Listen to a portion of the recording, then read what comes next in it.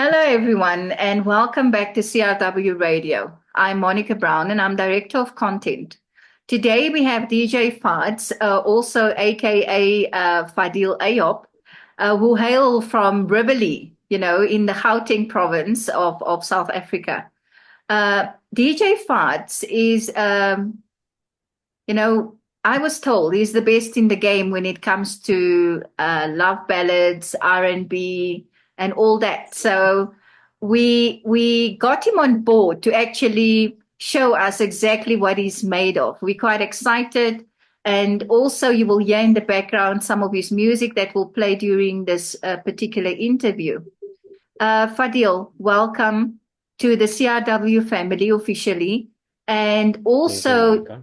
also, for the listeners, just to know, DJ Faadz is the main brain, the main canine, the man with the jams that will do the Love Note show on a Sunday from 3 till 6.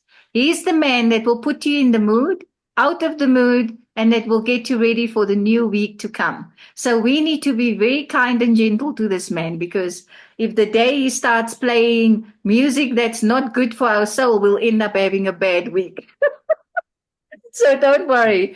DJ Faadz, okay, tell me exactly, who are you? Where do you get your inspiration for the music that you play from? Just tell us a little bit about yourself. Well, it started from a young age. I grew up with a lot of slow music on a weekend for my family. And basically, what just happened is it grew with me, it grew on me. And I just started investing a lot of time in compiling my music from a very early age. And I basically built my collection over the years, from teenage years right through to my adulthood. So yeah, I've got a love for slow music. I've got a love for R&B, versatile, old school music, club music. So I'm an all-rounder. So I don't basically only focus on one era of music. I focus on everything, diversifying myself and making myself fit in with the crowd from young to old. That's very interesting, because the next question that I was going to ask you, I did in my introduction tell everybody that you're from the Rivoli area. And Yes. one of my main reasons for getting you on board is that I actually want to get music to go back into our communities, that people can actually start getting back to what we grew up with. Music Yes. blaring from somebody's music system, and we must stop and sit there and listen to the song before we move to the next place that we go to. I would love to know from you, when you create these exceptional playlists of yours, what processes do you follow? I know you don't want to tell us your secrets, because you're like a chef. You make a good pot of food, and you don't want us to know the secret ingredients. But please tell us, what processes do you follow? Is it because you are surrounded by so much of love that you just play love music, or what is it? Is it the lyrics that drives you, or what is it? It's just myself. Basically, I'm a very down to earth person, humble, and I just look at things from a perspective of it is what it is. There's no candy coating, there's no pretending and trying to be somebody that I'm not. And I basically feel the music that I play. So it's a very different experience when you play Mhm. music that you love, and you are able to actually spread what you are feeling Mm. to the crowd that you are playing to. Okay. So yeah, it's you have to feel your music, and your music has to run through your veins and run through your bloodstream for you to basically be in tune with what you are playing. Because remember, at the end of the day, you are not playing for yourself; you're playing for a Mm. crowd. Yeah. That's very interesting. And Sundays can be a time for reflection and relaxation.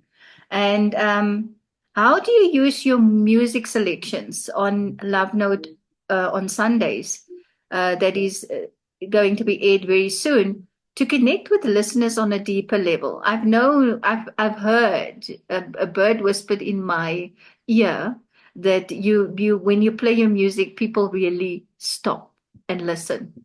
So that is why I'm asking, um,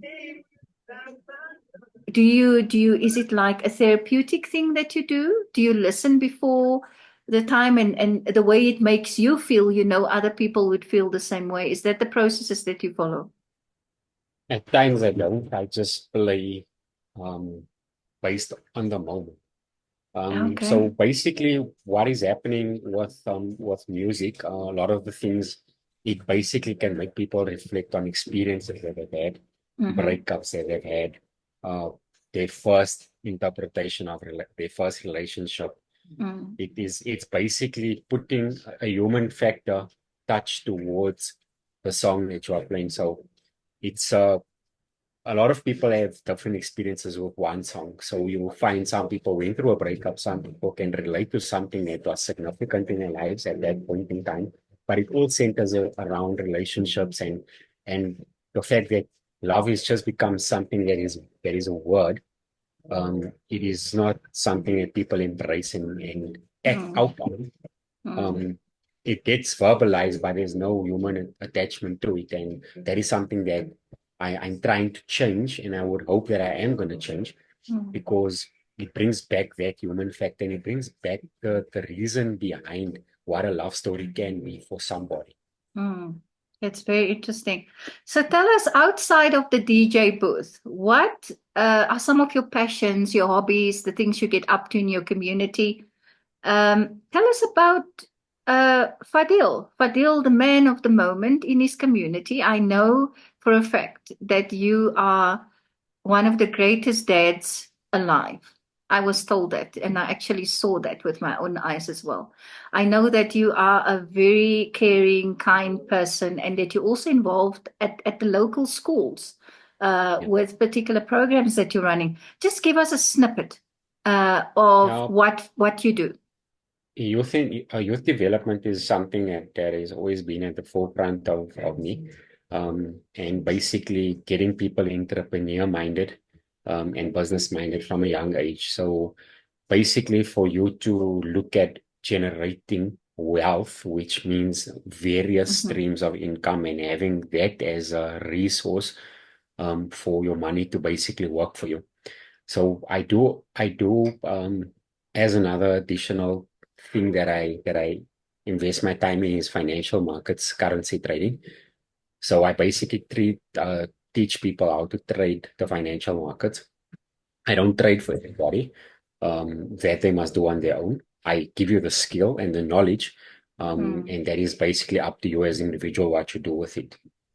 Okay. Um, so yes, our foundations has to be laid properly. It's unfortunate that during our time span, we weren't fortunate enough to have all these resources at our disposal. And it's when you start with a youth from an early age, from high school, you are able to instill these mindsets into them and to make them focused on becoming business minded because our schooling system doesn't teach that. Mm. It basically Mm. teaches you academics, but it doesn't give you the resources to go into the outside world Mm. and to use them to your advantage.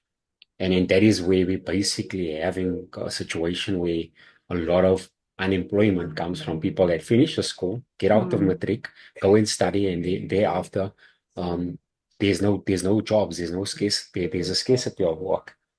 So we basically need to look at changing that dynamic from a young age and from an Mm. early